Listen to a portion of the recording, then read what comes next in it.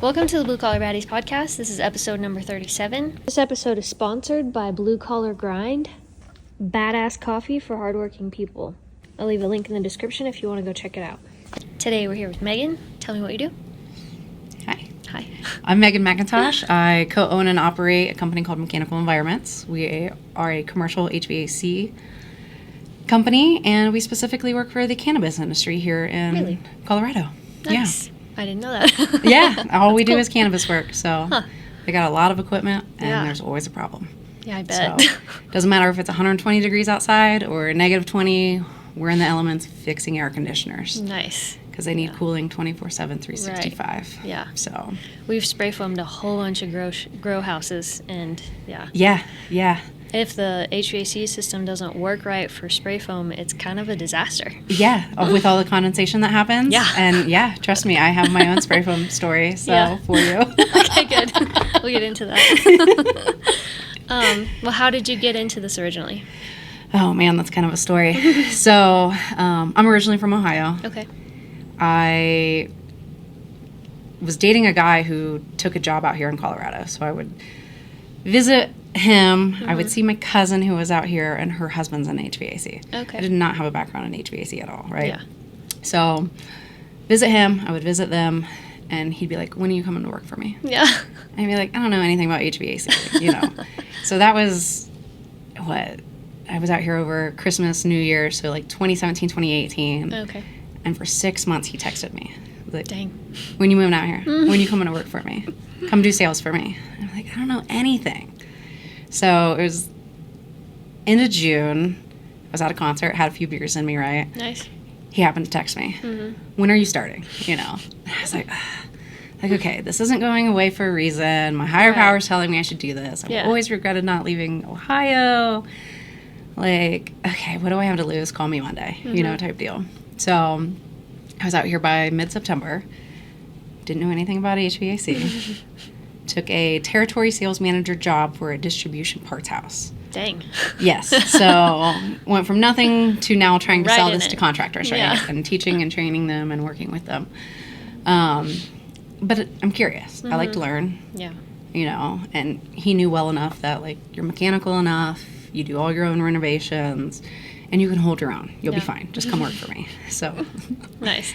So I did that just over 2 years. But in that time, I was working with a contractor who did grow stuff, right? So I would go with him and do sales, and we could sell some stuff, right?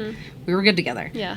But at the same time, he was one of those contractors that you don't really trust. Like, you've been with 5 companies in 2 years. Yeah. Like, yikes. and so he brought me a job offer where I felt like I wasn't growing anymore in my sales position. I needed to learn more. Right.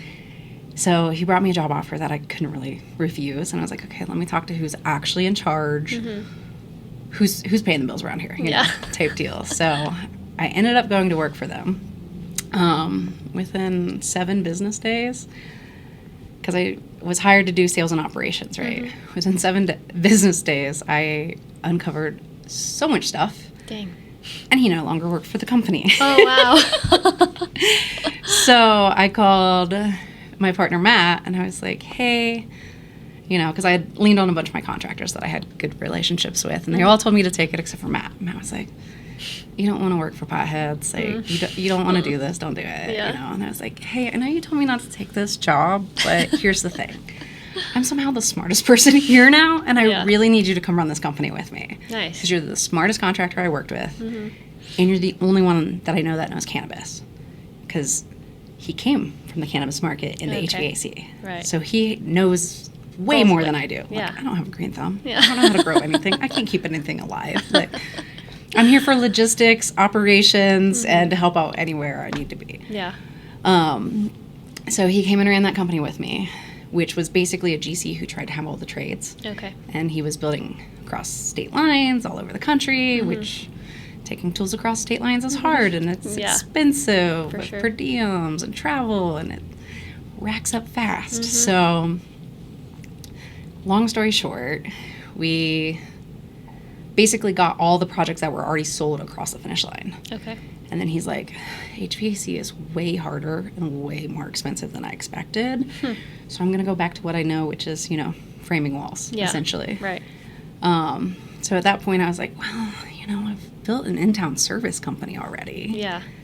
So we're like, do we want to start our own thing? Do we want to go back to what we were doing before? Do something else? Like, so we're like, screw it. We already have customers. Yeah. Like, it couldn't be easier. I just built a company for a year on somebody else's dime. For sure. So we started Mechanical Environments. We talked to all of our customers, and they were like, oh, you don't own the company?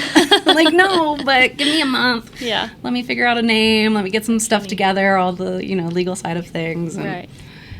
I'll invoice you in a month. We'll keep doing service. Don't worry. Yeah. But that's cool. So, yeah, that's how I got into that's awesome. HVAC and Cannabis HVAC. And never in a million years did I think I'd be in HVAC. Yeah. Let alone own my own company or be working for the cannabis industry. Right. So, yeah, that's awesome. But I will tell you, the bar is set so low in this industry, I will never leave. Yeah. It's sad. Like, yeah. Anybody can join and get a job very easily. Right. I'm sure, especially in the cannabis side, because they're just like, come do it. We don't care. Well, and that's the thing. Like, Colorado being one of the OG markets, everything was built as a basement grow on a commercial level. Right. So it's a lot of 5-ton residential splits that Chuck and a Chuck can work on, no problem, right? When you get into the more difficult equipment, it's harder. But I had a lot of contractors that I worked with on the distribution side that would try to do grows and would do one and got burned because they didn't know what they were doing, so they wouldn't do another one. But a lot of people, they see dollar signs because they think it's easy money. Right. So, I mean, these guys have been so screwed over the years because it was just a cash grab before, and now they have to run it like a real business because all these other states are online, so the money's not necessarily there. Yeah. And they're behind times because they're working in facilities that are already 10 years old at this point, where all these new fancy places are coming online across the country with real investors, like real companies are getting involved these days versus what Colorado started with. So for sure. What did you think you wanted to do when you were a kid? Man, so I grew up in like 4-H, FFA, that kind of stuff, and I didn't have animals because I was a village girl, I didn't live in the country, but I did like photography through it growing up, so I actually have a bachelor's of fine art in sculpture. I have an art degree. That's cool. Originally went for photography. Yeah. Was taking a colored photography class. I've always been a black and white girl and hated it. Yeah. And happened to be taking a 3D class that I kind of had to take for my major. Fell in love with it when the sculpture teachers were teaching it, and they were like, please come to our side. Dang. And I was like, wow, I can do any medium I really want. Cool. Yeah. So I ended up with a sculpture degree. I really just like to work with my hands, build, be creative, that kind of stuff. Huh. If I had to do it again, I'd probably just do like general carpentry and be flipping houses. Right. Yeah. Like I miss the woodworking side of things, but it's nice that I get to work with my hands and for sure learn so many different things, because in HVAC you will never learn it all. You'll never learn it all. There's so many things, and our industry moves so fast with technologies and refrigerant change this year and efficiencies, and it's always moving. Yeah. Is there anything you feel like you're missing out on by not having a typical job? No, not at all. I've never been one to, conform. Yeah. Like, tell me I can't do something and watch me do it. I'm that person. I'm stubborn. Same. So, that's I mean, but I was lucky growing up with parents who instilled good work ethics, and, if I started something, I had to finish it. I wasn't allowed to quit. Yeah. And so they made me the workaholic I am. But, we also never hired anything done. So the garage needed re-roofed. Great. Dad and I were out there doing it. We are, yeah. He didn't have a son. It was me. Yeah. So that's funny. Like, we did it all. So I was lucky to have somebody in my life to teach me a lot of these basics and give me the confidence I need to, succeed. For sure. It's a big deal. It's a huge deal. And we're lacking that so much these days. Absolutely. What would you say is your favorite tool, in or out of work? Oh, it's got to be the cell phone. Yeah. You cannot survive without it. Right. I mean, I wear all the hats, so I might be on a service call, but I'm also running tech support for one of my facilities, you know. Constantly, we use apps all day on the phone. Like, all of our tools are digital, so everything's connected. Yeah. We photo and video, just about everything, just for transparency with our customers. Right. We attach photos and videos to our invoices. Oh, nice. Because a lot of people's accountants or owners might be out of state, so they might not understand what I'm saying, but they can watch a quick video and be like, oh yeah, that compressor's a problem. Like, I understand. I see it, you know. That's or a like, good hey, idea. you had this small fire in here. Yeah. I don't know if you saw this electrical issue you got going on here. That's why it's not working. Jeez. So, I mean, I've never been thanked by more accountants in my life. Like, thank you. You gave me an invoice that doesn't say broke unit fixed, you know. Like, no, I'm going to show up. I'm going to label all your equipment so you can start to track your assets. You know what money you're spending. You know when it should be time to change something. Right. And, like, you know you're not getting scammed. Yeah. Like, you can see it. That's awesome. And liability a little bit. Right, so. yeah. That's good, too. Yeah. Well, and selfishly for ourselves, too. Because these facilities have hundreds of pieces of equipment. Okay. Like, so something's always broken, and I can't keep anything straight. So for my own records, like, okay, what did we do on this one last? Let me pull it up. Oh, yeah. I remember now. Nice. So that's cool. It's a good system. I mean, it slows down invoicing and all that because I'm anal about things, but it's worth it. Yeah. What would you say is your very favorite thing about your job? Helping people. Nice. I'm an acts of service kind of girl, so I get to show up and be the hero every day. Hell yeah. That's cool. Yeah. I mean, and we work with the same customers over and over and over again, right? Yeah. So you get those personal relationships, you bond with them, and they know when you say you're going to do something, you're going to do it. Yeah. You show up, you save them, and they trust you, which is huge. That's big. Have you had any friction either on the business owner side or before that from men on the job site? So I don't really run into like other trades and that kind of stuff. Right. I don't either. So I don't really have that. And everybody I interact with on the cultivation side, I feel has a lot of respect for me, which is huge. Nice. Like, they're not worried when I show up. They're actually happy when I show up because they know I'm going to fully communicate everything that happened. Right. When I was on the distribution side, there was some pushback, though, because, I didn't know what I was doing when I first started, right? But I'm also not afraid to ask questions. Right. So it's like, if somebody saw a woman walking through their door and was willing to talk to me, work with me, let me handle their account, it would be like, okay, what do you need? I don't know this, but let me do some research, figure it out. Do you have a picture? Do you have a model number? Anything that I can have to work on this? Like, I don't know, but I will get you an answer. Nice. And I would. That's good.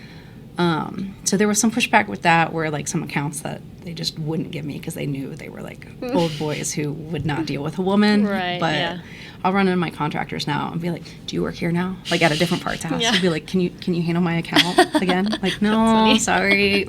Or they'll call me every now and then. Yeah. Like, you still got your own company? Like, I do. I'm sorry. That's funny. You sure you don't want to come run mine? Like, no. I don't want to run mine some days, so. What about any difficulties with women on job sites? You know, most of our cultivations are men. Yeah. So there's not even a ton of women in the cannabis industry. Right. I have not had any issues with any of them. Nice. On the cultivation side. In fact, I'll have some girls that like run trim crews and stuff, and they'll be like, wait, you do what? You're going to work on the equipment? I want to be your friend. Aww, like I'll get awesome. those interactions, which is great. Yeah. But when I did first start with the GC, and, you know, I'd go, okay, we got to go visit this job site. I need to go put eyes on it. I need to see where we're at. I need to know what's going on. Got to go introduce myself. Right. And I did have an issue once where I had to travel 2 hours away to a job site with one of my contractors or one of my employees. And we had to call his wife on the way. Oh. I'm like, girl, I do not want your man. Yeah. I got my own. I'm good. Last thing I want is gosh. Yeah. like, you know what I mean? Right. But it's just like, I promise you, like, we're good. Yeah. We're going for the day. We'll be back, you know, in a normal time. Gosh. Like, y'all got some insecurities you need to work out. Yeah, for sure. Yeah, that was probably the worst thing I've had to deal with. Nice. So That's good. it's like awkward, but like whatever. I'll talk to her. Who cares? Like, You want to meet me? Like, what do you need from me? Right. Like, what can I do to make your relationship better? Yeah, I don't need your man. Yeah. Trust me. Well, so speaking of that, you work with your significant other. Correct. How's that? You know, highs are high, lows are lows. I do know. Some days you almost commit a felony. So, I mean, it's good. I mean, like I said, some days are hard, but it's good. He's so smart. Yeah. Like, I would not be as advanced or where I am today without him. Absolutely not. Like, there's a reason I hired him to run that company with me. Yeah. And, like, yeah. That's awesome.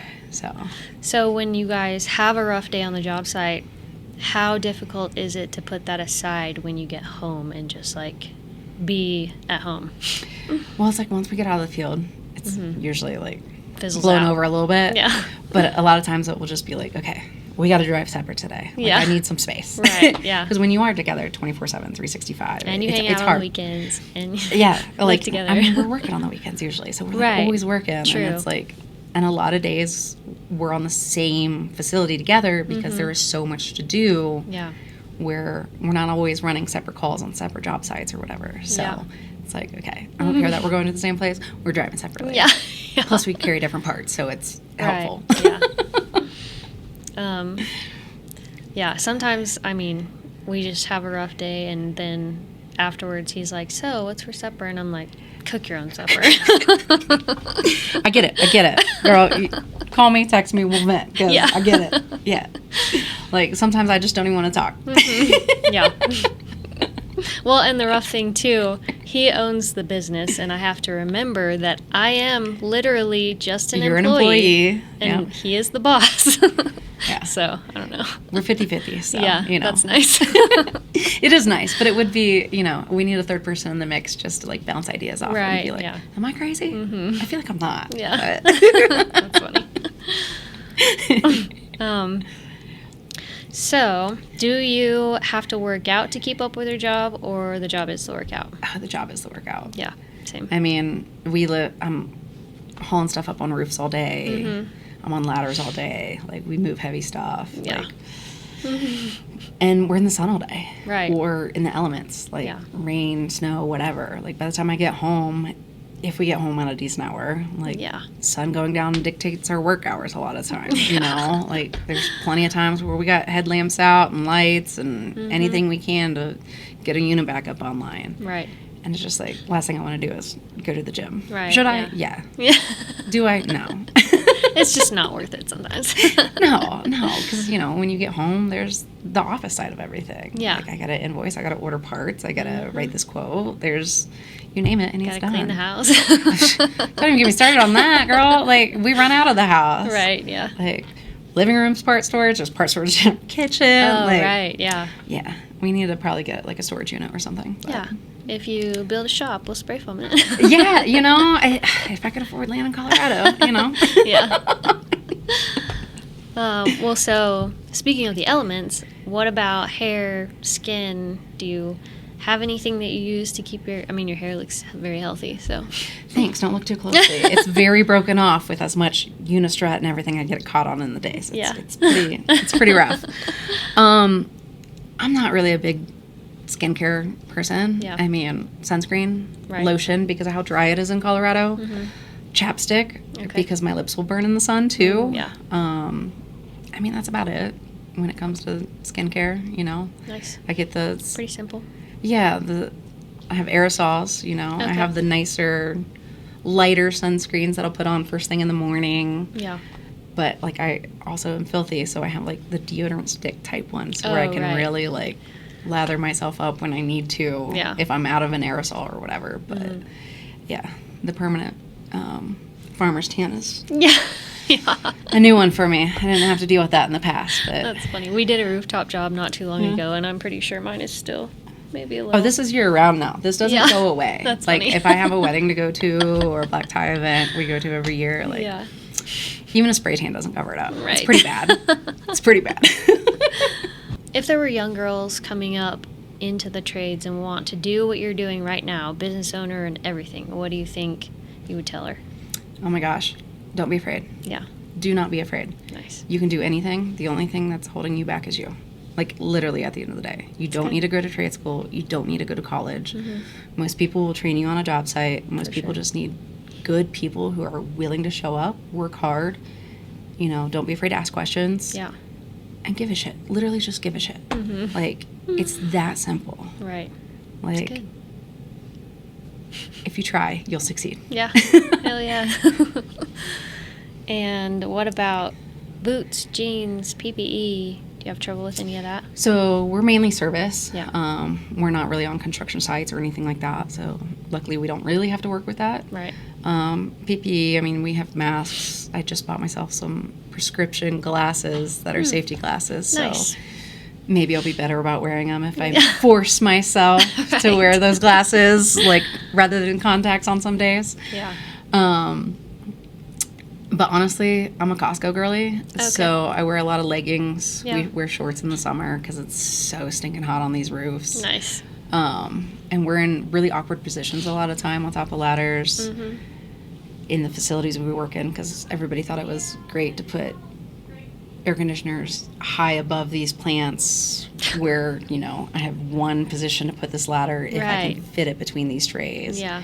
But then I got to take down lights and then hope I can fit between the plumbing and the electrical to maybe reach this unit. Wild. So we're in a lot of awkward positions. So like leggings work great just so I don't get caught on stuff. For sure. 'Cause like I said, I'll bump my hair and rip out a big chunk and my hair's so broken off. Yeah.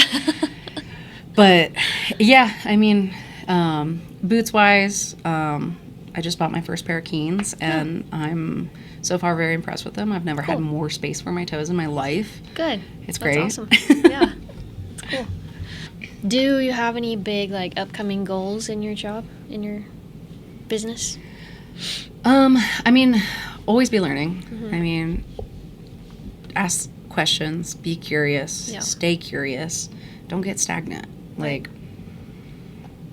I like that. Yeah, you can't. Like, do I have any real goals? I mean, it would be nice to have, like, employees someday, but that comes with a whole nother level of money that you need. For sure. Let alone you become a babysitter at that point. Yeah. Quality control is paramount for us. For sure. We don't have time to go back and do things again. Yeah. Because we're also working in small windows often where we have to wait for a room to get harvested to do certain things. Okay. So. Right. Yeah. Yeah, and the employee unemployment tax, all the things that you have to pay. Just the taxes and the workman's comp. And yeah. Like, as owner-operators, we can get away with a lot, which is nice. For sure. But I also don't want to 1099 anybody because I don't feel like that's fair. Yeah. And then it's like, they're also not required to actually show up every day because they're independent contractors. Yeah. You know what I mean? So, we will link all your social medias in the description. Do you have anything else you want to add or shout out? I mean, we're Mechanical Environments on all platforms. I keep the TikTok page specifically as a Women in Trades page. Okay. So if you want to see what I'm doing, that's awesome. That's my point of view on everything. If you're a woman in the trades and need some help fighting some of the haters, just tag me and I'll come running for you. Hell yeah. Support you. Be in there for you. Yeah. Because it gets rough some days. It does. It's real rough some days. Because we should all be in the kitchen. Yeah. Right. Like, okay, bro. Like, we can probably all outwork you at this point. Right. Like. Exactly. I just like to make them feel like dumb for even saying things like that. Because, like, aw, your poor little feelings. Oh, I'm sorry. Do you miss your mommy? Oh, gosh. All right. Thank you for being here. Yeah. And thank you for, I don't know. You're always hyping people up, so yeah, I like it. I mean, if there's anything I can do, I can be your hype girl. So hell yeah. I love that. I love to see it. I love to see women in the trades. I don't care what you do. We need more of it. Absolutely. And anybody looking to change, HVAC needs people desperately.